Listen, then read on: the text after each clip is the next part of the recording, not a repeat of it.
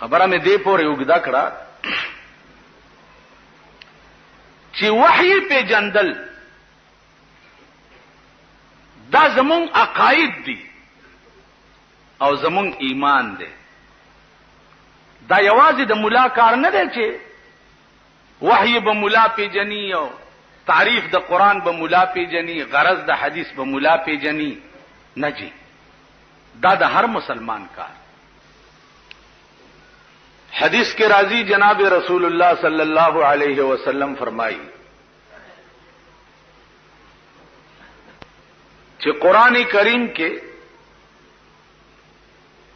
یو بسم اللہ سره چې د چا یارانه وا